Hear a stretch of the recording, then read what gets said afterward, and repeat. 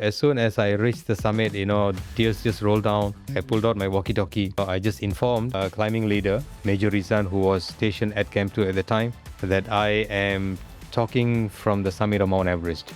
I told myself, if I don't try, I will probably be regretting for the rest of my life that I could have made it. So we have to be careful not to make any mistakes, because mistakes at that altitude can be fatal. We have seen climbers died in the sleep at the base camp. Anything can be achieved as long as we are working on it wholeheartedly.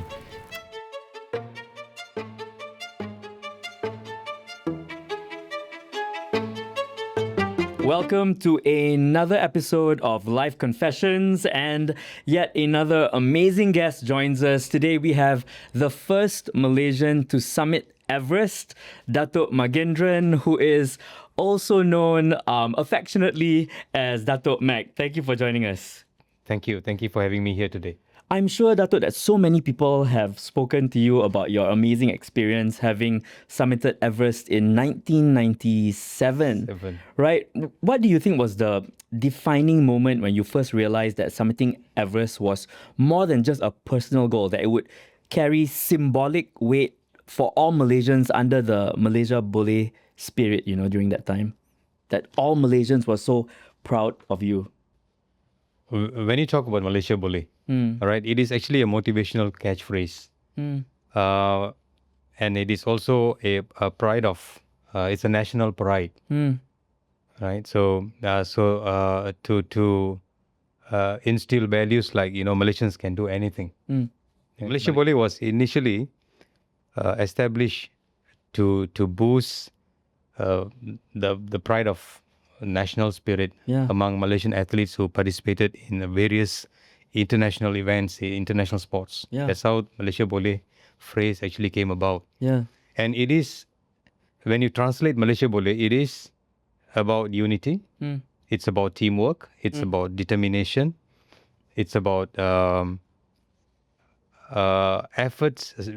efforts, overcoming odds through efforts, and so on and so forth. So Malaysia Boleh is actually not just a simple phrase, but it means much more than that. And Malaysia Everest 97's success is just that. Right. When we successfully summited Mount Everest in 1997, it was a showcase of all the values that I just mentioned. So without hard work, without determination, without perseverance, without the unity, teamwork, Malaysians wouldn't have successfully summited Mount Everest in 97. Right. It was a team effort. It was a clear message to all Malaysians, especially the young ones, the Malaysian youth, that with hard work, determination, and all those elements, we can achieve anything. So that became a very impactful event among the Malaysian youth. And the success of Malaysia Everest 97 can be considered as a pioneering feat that has actually motivated many Malaysians to explore into areas where no Malaysians have gone before and succeed. So like what we have seen after Malaysia Everest 97, like swimming across the English channels, and then we have a Malaysian who sail around the world. We have Malaysians who trekked, explored to the South Pole, North Poles, and many more. So everything started from Malaysia Everest 97. So it gave like a lot of people the inspiration and the drive to also achieve greater things. Initially it was people are skeptical. Can Malaysians do this? Can we do this? Isn't this just for a certain race? Certain group of people, not us. We don't have snow-capped mountains in Malaysia. We don't have this. We don't have that. This kind of activities are not for us. But when we successfully summited Mount Everest, that whole mindset changed. And today, we have many Malaysians. We have at least 29, 30 Malaysians who have successfully summited Mount Everest. Wow. Right, in the last 28 years. Yeah. And not only Mount Everest, but and many other mountains.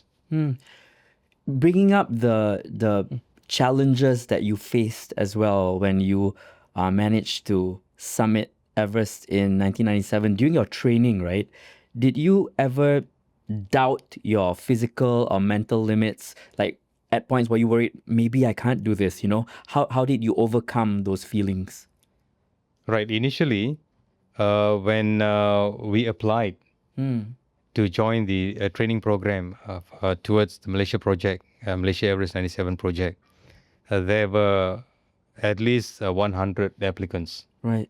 Gathered at a spot where we were briefed on what we will be looking at next. All right. So during that meeting, I was there, and I was one of the smallest sized person. All right. And I was sitting there against all those tough, muscular bodies. And I was thinking at the time, are you sure? Seriously? That sort of thing. Actually, that was the beginning. That was the beginning. So, and I was like, I need to really work hard if I were to continue being in the training program. Otherwise, I'll be eliminated. So I had to make a very tough decision whether to go for it or just to drop the whole idea of even thinking of climbing Mount Everest.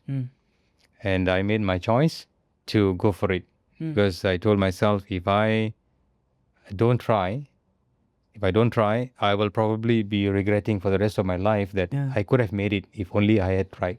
Right. So I decided that day that I'm going to go all out, and I'm going to give my best. Right. And I started training extremely hard.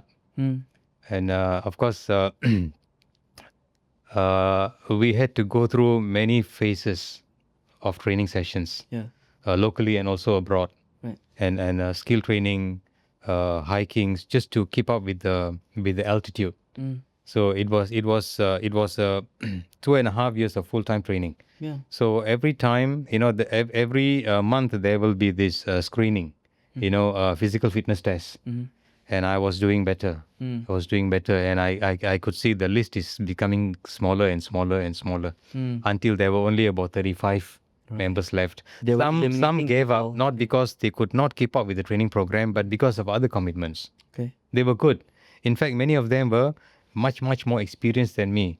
I am sitting there as a person who has only climbed the highest was Mount Kinabalu at the time. But there were others who had already trekked in Nepal. So they know the terrain, they know the weather condition, in Nepal. They know what life is in the mountains in Nepal. So they were actually very much experienced.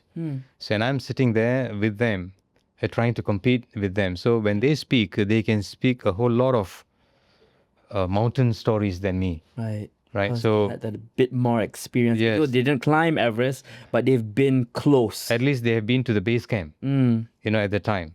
Right. So I had to work extra hard, and that's what I did. And to work extra hard, I need to sacrifice a lot of things. All right. So I had to put in a lot of hours, many hours in training, just to keep up. And I was lucky because I was with the government. So it was easier for me, and I was teaching at the time. So I only work half day. So I could start training my training much earlier. Can I ask, what were you teaching? English language, English, English and also physical education at the time. In a secondary school? In a primary school. In a primary school. That is a challenging job already. Yeah. Right. So I had a lot of free time to concentrate on my training. So many gave up because of other commitments. So you had to continue the teaching while you were training? Yes, that's right. So I used to travel to Kuala Lumpur, right, from Klang, at least 3 times a week, right, to be with my other friends to train at the clubhouse. Right. And during the weekends, we will get together and we will start trekking. Trekking, we will climb Gunung Nuang, we'll go, to Seremban, and we'll go to Rembau, we'll climb Gunung Dato. Just to we need to maintain our stamina. We need to maintain, our muscular strength, cardiovascular endurance. We need to do all that. Otherwise, we cannot go on training. It's actually tough and vigorous. Yeah. So that's what we have been doing, and every time when we go through this fitness training program, the fitness level has been increasing. Besides that, we have also been given a chance to travel abroad and climb mountains in New Zealand and in India. Our initial trainings were all in India. Our first, even my first snow and ice climbing exposure was also in India, the northern part of India. Right. So we have been to India several times, to New Zealand once, to train skills as well as to get used to the weather, the ice, the snow. How long was the training process? 2.5 years. 2.5 years. 2.5 years. So as we were preparing, the list became shorter and shorter, and finally, on the 28th day of December 1996, the sports minister then, at the time, announced the final 10 climbers who will take up the Malaysia Everest 97 challenge. Right. So when my name was mentioned, I was already standing on the summit of Mount Everest. That's how it felt. Yes, because it was 2.5 years of agony. Wow. The training part of it and the selection process. Right. That was the first Everest you climbed, which was to get to be able to climb Everest. Of course, I had my limitations earlier. I doubted, but then I put that aside and I started training. Just like what I mentioned earlier, I just don't want to regret later. It is okay if I don't make it. At least I've tried. Yeah. That's the thing that I want to have in me. Right. Where was another moment during that whole process that you thought, a big moment that you thought, I may not be able to do that? Was there a point in the middle of it all where you thought, maybe I can't? Or were you so focused that never came into your mind? You see, we were actually training. We were told that, we are going to climb Mount Everest. Right? So there's a long history behind this. Back in 1983, a group of Malaysians, they with some funding from the Ministry of Youth and Sports, they went over to Nepal and climbed a mountain called Mount Kalapatha. Okay. So Mount Kalapatha is actually at the base of Mount Everest, and the peak of Mount Kalapatha is about the same height with the Everest base camp. Right. So 16 members went there to climb this mountain. And out of these 16, 12 summited Mount Kalapatha. Okay. On the 11th day of January 1984. 84. All right. So, and then they came back to Malaysia with a vision. That is to form a Malaysian Mountaineering Association and to prepare a team to climb Mount Everest 10 years from then. Right. Okay, that's how the whole thing started. That long ago. Right. So when this group of Malaysians came back to Kuala Lumpur, they formed the Malaysian Mountaineering Association in 1984. And from then on, they have been working towards realizing the Malaysia Everest dream. All right. And in 1988, the association signed a memorandum of understanding with the Ministry of Youth and Sports to jointly undertake Malaysia Everest 97 project. Right. All right. And some deposit was paid to the Ministry of Tourism Nepal to book a slot to climb Mount Everest in 1997. So there was a deadline. Yeah. There was a deadline. Yeah. So in 1988, a sum was already paid to the Nepal government to climb Mount Everest in 1997. Right. Okay. So, and from then on, the association members, I was not there yet. I was not even in the picture at the time. So from then on, they have been trying to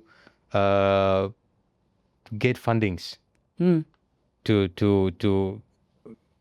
get this project going, because of course the ministry has given the green light, but the ministry cannot support 100%.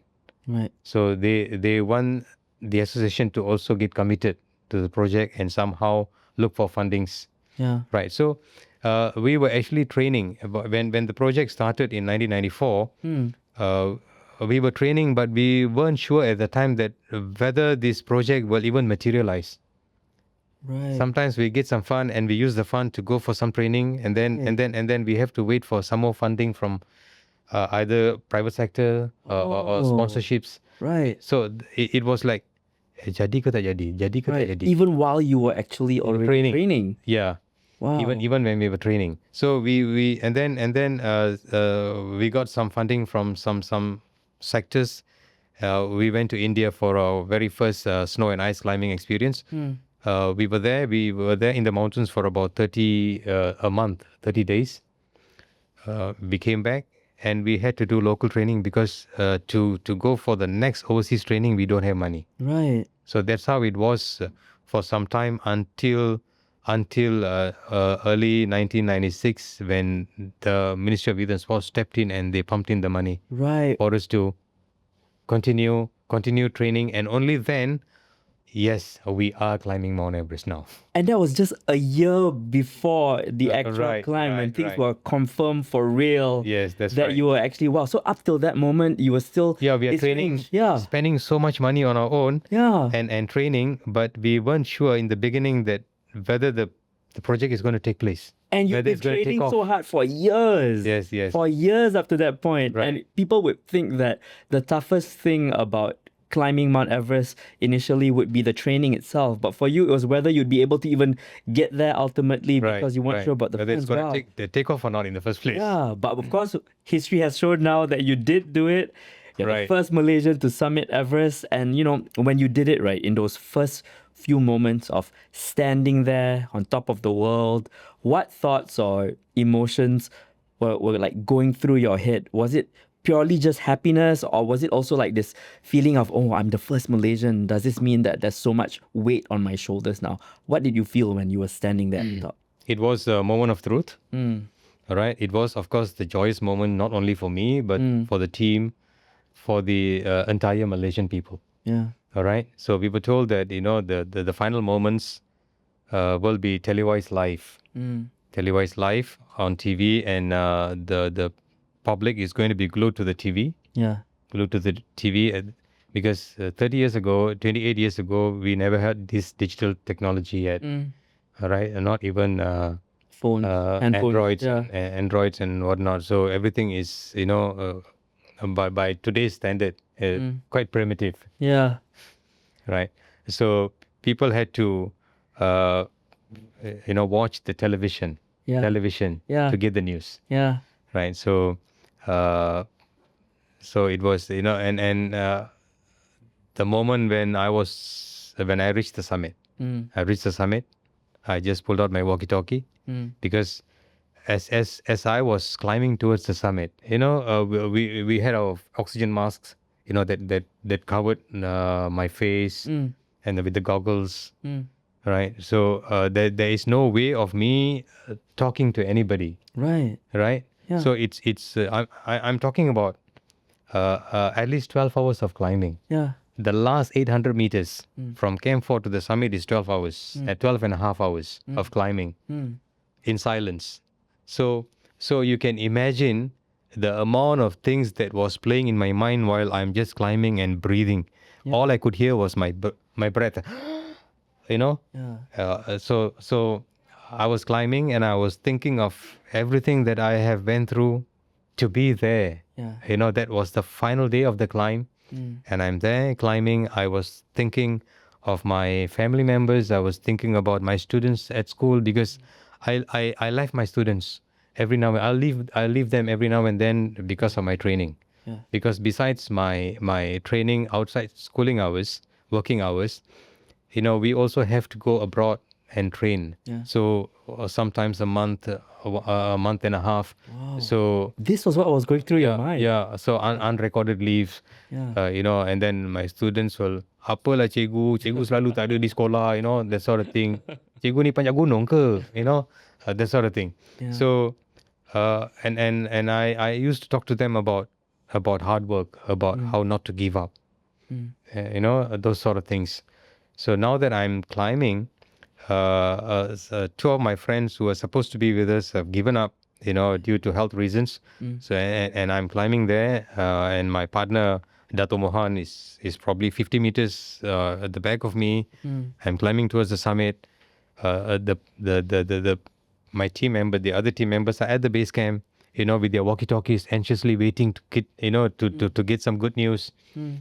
All right, but I can hear them. because we all had our walkie-talkies, our personal walkie-talkies, and I could hear them speaking. There was a radio base at Camp 2, there was a and base camp. So they were communicating. They said, Mac ni kat mana? Mohan ni kat mana? They are not responding, so we do not know exactly where they are. So what's the condition? So there was another group of climbers at Camp 2. They were actually at taking care of the radio base at Camp 2 at 6,500 meters above sea level. So that I could hear them speaking, and they were also motivating us. Don't give up. You can do this. We can do Malaysia Boleh and whatnot. Yeah. So I was climbing. I was thinking about all this, and then I also know that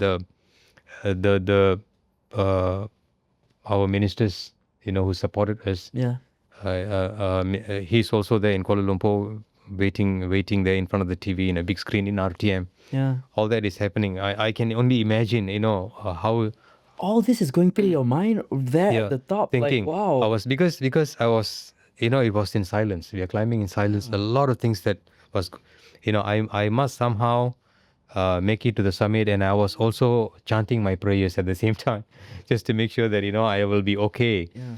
All right. So as soon as I reached the summit, tears just rolled down. I pulled out my walkie-talkie. I just informed the climbing leader, Major Rizan, who was stationed at Camp 2 at the time, that I am talking from the summit of Mount Everest. So he congratulated me. Tears rolled down, and I could hear Major Rizan actually relaying the message, because the people at the base camp could not hear me. Right. Sometimes because of strong wind, they cannot hear. That is the reason why we even had a radio base at Camp 2. Yeah. So I could hear Major Rizan relaying the message, Mac sudah sampai puncak, Mac sudah sampai puncak. Yeah. All right, so I could hear them screaming. So it was a joyous moment. Yeah. Not only for me, for the team, for the people of Malaysia. But it was not just that. Remember your very first question about Malaysia Boleh? So it's about that. It's about the struggle that we went through, just everything that you've been through. Yeah. Just to get to the peak. And it's not just me and my team, but it is a message, a clear message to the people of Malaysia. What the success meant. Yeah. In a bigger scale, in a bigger picture. Right. So not only that, I also informed Major that Datuk Mohan will be joining me. It's already on the way, and he should be reaching the summit anytime.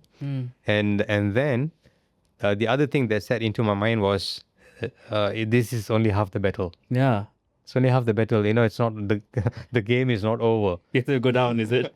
So we have to get down. We have to get down to actually celebrate. Yeah. Because if you look at the statistics of success, or the statistics of failures and accidents, right, mishaps, most accidents that happen on the way down, not on the way up. Oh, okay. So we have to be extremely careful, because we are already exhausted. Right. After 12 and a half hours of climbing, we are exhausted, and we have to get down to the safety of base camp. So we have to be careful not to make any mistakes, because mistakes at that altitude can be fatal. So that's what happened. And after spending about an hour on the summit, then Mohan was there with me for 45 minutes, and together we went down, and it took us about another 6 hours to get down to Camp 4. Right. And where my other two friends, Gary and Fauzan, late Fauzan, they were there at the tent. And as soon as I reached the tent, I was so exhausted that I could not even remove my shoelaces. So they had to help me remove the shoelace, and I just went into my sleeping bag. Yeah. And that's it. I was gone. Knocked out. Wow. Right. You deserved, that was a sleep that you definitely deserved. That's right. Hearing you talk about it is so inspiring as well, to hear what you went through to get to that point. And I'm sure during the climb, whether it was the ascent or the descent, there were many moments, or there were some moments where they were incredibly, you felt maybe vulnerable, or there were moments that were scary. What was the moment that stands out, that makes you feel that that could have been a moment that you may not have achieved what you wanted? You see, the journey from base camp all the way to the summit and back was vulnerable. It was something that we have never experienced before. Although we have climbed mountains in New Zealand and in India, Right. but climbing Everest, especially from base camp to the summit and back, was totally different. Yeah. And we could have just died anywhere, Yeah. to be honest, right? Because That we have entire- seen, yes, we have seen climbers just we have seen climbers died in the sleep at the base camp. You know, the first day he was there at our base camp tent, having a chat. And then the next day he was not there, he was gone. And then we heard a British climber, British expedition leader, Malcolm Duff, his name. All right. So he did not wake up in the morning. He vomited. That's what I heard. He vomited, he choked, and he was gone. So people have died while maneuvering through the Khumbu Icefall. Khumbu Icefall is a block of ice that we need to navigate through and it is situated between base camp and Camp 1. It is one of the most dangerous part of the mountain, section of the mountain where many climbers fall to their death.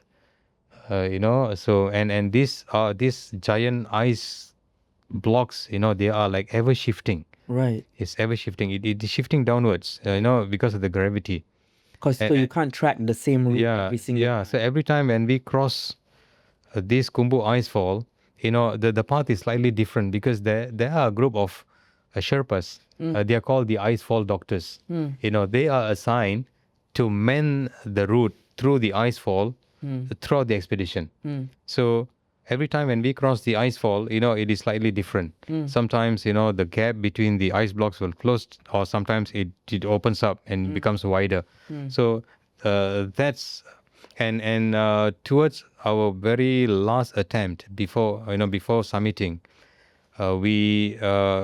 the five of us, we were actually crossing one section of the Khumbu Icefall, and we just we just missed a falling ice block. It just They fell. like collapsed or fell from It above? just collapsed. It just okay, collapsed. wow. We just turned back. Wow, we were there just seconds ago. Like it could have been. Yeah. That could have been it. Yes, we could have been there. It's just that we were lucky, and that's one section. So there are many sections along the way towards the summit that are very dangerous. Like there is this after Camp 1 towards Camp 2. There's this place called Western Kum. They call it the Valley of Silence. There are many crevasses there, and we need to. At one look, it's just a plain ice field, but actually there are hundreds of crevasses that we need to cross, and sometimes we can't see the crack. Crevasse are the cracks, Right. right? Deep crack. Yes. Okay, we can't see because of heavy snowfall. The snow will form a bridge, like a snow bridge. So it looks like it's covered. It's covered. All right. Sometimes if we step on it, the ice bridge can just collapse and we can go down. So that's why we need to be roped up. Right. And there was a time when the ice bridge collapsed and I fell in. But since I was anchored, I was using this safety rope. I just fell just above I was just went in a little bit. Right. But that caused a great pain to my left knee. Right. I thought that I broke my leg, but luckily I didn't. Wow. All right. So when I was climbing towards the summit, I had my left knee wrapped up with bandage. Right. So these are the things, the danger that we have to face. And then from Camp 2 to Camp 3, this is the section is called the Lhotse phase. Lhotse phase is exposed to avalanches, and we have to camp there. Okay, on this very hard ice. Right. On the face, and then after Camp 3, it's Camp 4. Camp 4 is also known as South Col. It's the saddle between the two highest mountains, Mount Everest and the fourth highest mountain in the world, Mount Lhotse. The saddle between the two mountains, that is called the South. The Camp 4 is established there, and it is called the South Col, and that is already the dead zone. They call it the dead zone, and as soon as we reach Camp 4, it is we cannot recover we cannot recover and recuperate. Okay. So we have to spend as little time as possible above Camp 4 and try to go for You have to move forward. Okay. reach the summit and get out of there as quickly as possible. Right. All right. So, and of course, from Camp 4 all the way towards the summit, it is very highly exposed to jet streams, blizzards, because so exposed, and we are already on the knife edge reach towards the summit. So each section of the mountain, can be extremely dangerous, and we have seen many climbers have perished Right. before. So it's hard to point out one Exactly. particular Yes, instance that's because right. you're constantly in harm's way. There's constantly danger lurking around every corner. And exactly, in fact, it's lurking everywhere. You mentioned two specific ones already. Like one where the ice fell just where you were at moments ago, and at another point you had actually fallen through an ice bridge which had collapsed under you, and you were just lucky and fortunate enough to be using safety equipment that you were safe. And even then, you still injured your leg and had a bound knee to make it to the summit. Datuk Mac, you're so well known for being the first Malaysian to summit Everest, but you're not just that. You're more than that. You're a man. You're a father. You're a full human being, right? How have your prolonged expeditions, mountaineering shaped your relationship at home? And what conversations have you had with your family that stand out with you when it comes to, because you've grown a family along with this amazing life that you've had as a climber as well, right? So what are those conversations like to make sure that you have a strong family as well? Of course, I share a lot of this Everest story to my family members, especially my wife and three children, right? So the happy moments, the sad moments, but mostly the values. The values. Of course, they all know the joyous moment.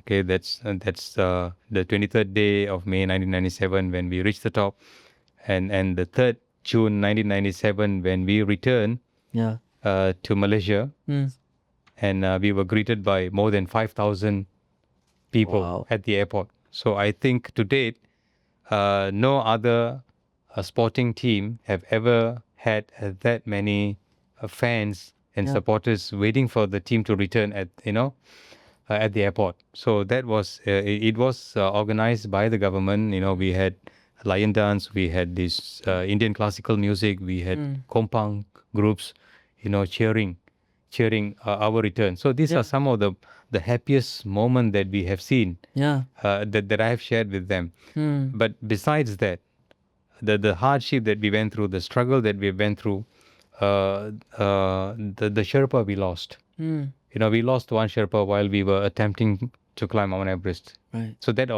was our first attempt.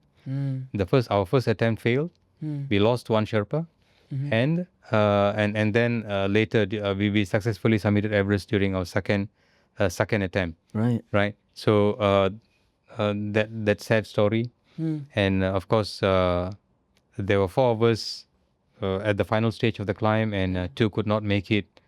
So these are the things. These are the things that I used to share with my children, and the lesson. Most importantly, the lesson. Right. Hard work pays off. Yeah. Anything can be achieved as long as we are working on it wholeheartedly. How many children do you have now? Three. And what are their ages? My eldest one is 26. My second daughter, my eldest son, 26. My second daughter, 25. And my youngest son is 20. Have any of them shown an interest in wanting to also, conquer mountains?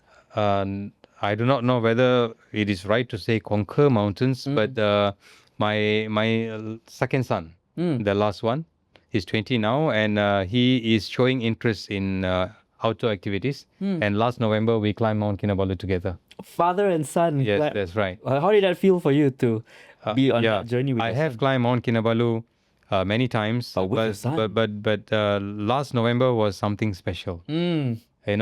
I have guided many students, hundreds of students up Mount Kinabalu since 1999 up to last year. And last year, when I had my own, with the team of other students, it was somewhat very special. Yeah. Right. Do you feel that, is there a part of you that steers your children to try this activity, or do you leave it up to them to decide whether it's something that they'll I left it to them. I Yeah. said that you have to have the passion. Yeah. You have to have it. You have to have it here in your mind. Yeah. I cannot just force you to do things. Right. And what does your wife think about this life that you have, that this adventurous life that you have? Is she a part of the adventure as well? Family life, how does that play? She supports. Yeah. She supports. She never says no. Whenever I plan on a climbing trip. Yeah. And she never says no, but she will always insist that, you should also expose your children. That's what I'm doing now. That's what I'm doing now. At least now, my little one is already into it, and Yeah. and he wants to do more. Yeah. Nowadays, I'm sure you've noticed among the youth, there's bouldering is becoming quite popular. You see these rock climbing activities happening in malls. They set up rock walls and they climb these rock walls. It's not quite the same as climbing a mountain. This is more of a different possible skill set. But do you think that this itself, this popularity of bouldering, does it appeal to young climbers and inspire them then to climb mountains as well? Do you think this is a natural progression for that? Yeah, since we can't go into the jungle to climb the natural wall, so we do it at the clubhouse or shopping complexes where we have these climbing walls. Right. Climbing walls. So it's a good exercise to enhance our climbing skills, to strengthen our fine muscles. Right. So you're actually excited about this. This is something that brings you joy to see. Yeah, it is more people it is doing also about rope management, the usage of safety equipments. So it gives us the edge to use these climbing gears. Yeah. When we climb wall and the balance, to the balancing act. Yeah. All that because it actually strengthens the fine muscles. Sometimes we need to. There will be a fine handhold. There will be we need to use only 2 fingers to pull ourselves up. When we are climbing these walls. Right. So it's great training. It's a very good training. You probably look at these people, these youth climbing walls, and it fills you with a bit of excitement, knowing that wow, these could be people who would be making that next step as well. That's right. It is very different from climbing mountains, but these are the added skills that we need, to develop. To be a better climber. Right. And I mean, it goes without saying, you are a very, very experienced climber. As someone who has seen the highest and among the highest points in Malaysia and the world, right? How do you envision the future? Well, when you look forward, how do you picture Malaysian mountaineering, from youth engagement and training to balancing commerce as well? Because it needs to be monetarily viable as well with conservation, right? You want to do well, you want it to be popular, but you want the conservation efforts to be maintained. What role do you see yourself playing in this move, this journey forward? Right. See, the future is now. Right? When you say envision, but this is the future. Right. When we climbed Everest 28 years ago, as I mentioned to you earlier, there were a handful of people exploring the jungles. Right. Not many people. It wasn't popular at all. But after the successful climb, we went around on a roadshow to every state. There were states without association, so we helped form associations. Some states already had climbing associations. Mountaineering associations, state level associations. So that was developed, and then now, if you see, there are hundreds of climbing clubs, private hiking groups, the many, and climbing and hiking has become a lifestyle. And we have at least 29 Malaysians who have climbed the Mount Everest. Yeah. And there are others who have climbed the other 8,000 meter peaks. If you know, there are 14 mountains which are more than 8,000 meters in height. Right. 14 mountains. They call it the Big 14. And Malaysians have already started climbing some of these mountains. Right. The second highest mountain, K2 in Pakistan, has been climbed by Malaysians. Mount Lhotse has been climbed, and a few other Manaslu, Choyu. These are the 8,000 meter peaks which has been climbed by Malaysians. They are not only looking at Mount Everest, but they are also looking at climbing other mountains as well. There are Malaysians who have climbed all the 7 highest mountains in the 7 continents. I think we have got 2 so far. Wow. 2 so far. So this is the future. Climbing is one thing. The other thing is, of course, conservation. Conservation, preserving the biodiversity of the mountains. More and more people are climbing, not only locally but also abroad. This has also brought great concern Right. about ecotourism, about waste management. Right. There were also articles about Mount Everest, the amount of climbers climbing Mount Everest, and and the amount of waste that are being left on the mountain. Yeah. All right. So if we don't manage properly, it is going to be a huge problem.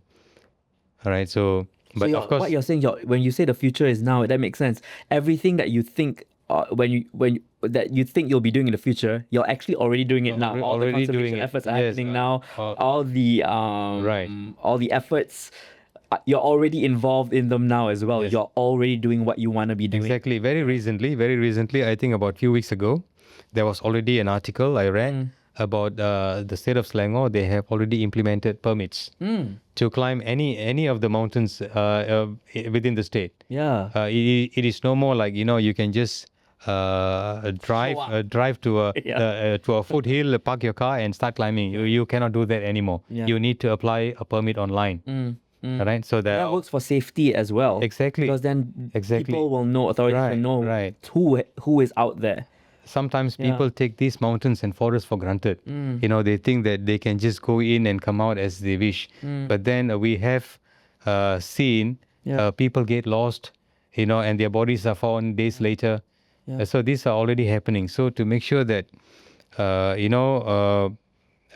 the public, the people, the hikers, the nature lovers, go into the mountains safely and back safely. So measures needs to be taken, and it is being taken. Yeah. It is being taken by the forest department and the authorities to manage, to control and manage the ecosystem. And you are already highlighting it now as well. So thank you so much for also being a part of this and making sure that you highlight the issues that need to be brought forth, because as the first Malaysian to summit Everest, I think hearing it from you makes it even more important and it carries more weight. Now we're coming, Datuk, to the final closing in on the final part of this. Right. We're going to go into the rapid fire questions. Okay. So this is where we ask you the question and you answer what comes to mind right now. Okay. That means for this moment, this is what you're thinking, but in the future, maybe you might change your mind. Right. So whatever comes to mind, okay? When you're at base camp, tea or coffee? Tea. Tea, okay. Do you prefer group climb or solo trek? Group climb. Group climb, okay. Biggest mountain fear, is it heights or weather? Both. Both. I believe you because you have 100 times more experience than you, maybe more. In fact, Kinabalu sunrise or Everest sunrise more spectacular? Definitely Everest sunrise. Right. But I would say even Kinabalu sunrise is spectacular. Amazing also. Yeah. Right. Now, what's your next big goal? Climb a new peak or new conservation project? Both. Both. Yeah. So they're already, I'm guessing this is something that's going to be happening already. Yes. Okay. Summit moment or base camp celebrations, which is more unforgettable? That Both. summit, both also. Both. Because summiting is the ultimate, but it is only half the battle. Because we have seen climbers summiting successfully, but they fail to return to the base camp. Oh, wow. 2 years ago, that's what happened to one of our Malaysian. Yes. Right? Yeah. The first deaf and mute climber. Yeah. He successfully summited, but he just perished. Yeah. And even this year, there was a team at the base camp trying to locate his remains. Right. So and the government has already spent more than 1 million ringgit Right. on search and rescue operation Yeah. to locate. So these are the things that can happen. So summiting, of course, it's the ultimate, but it is only half the battle. And being back to the base camp for a victory, welcoming, that's another awesome, awesome, moment. You make it so much more relatable because you've had that experience Yes, that's right. yourself. Yeah. And this final question we have for you, we ask our guests all the time is, imagine this. If you had the opportunity to make one change as Prime Minister of Malaysia for one day, what would that change be and why? I think I will make education equal for each and every Malaysian. All right. Of course, primary and secondary is already for all Malaysians, but after SPM, I will probably make a policy to make sure that education, tertiary education, is equal for every Malaysian, simply because education is the fundamental, basic thing for human development, human capital, and when they have that, the government don't have to be worrying about subsidies, as once they leave education, when they start working, we don't have to be worrying about subsidy sana, subsidy sini, we don't have to worry, because when we give them the basics, when we give them the tool to survive, then they will be able to survive, and we don't have to be worrying about subsidies or how to find ways and means to Give them the assist all the tools time. to build their life. Yes. Right. So the only tool is education. Yeah. So give them the best. If they are good, give it to them. Wow. Don't deprive them from, their basic rights. Yeah. That's what I think.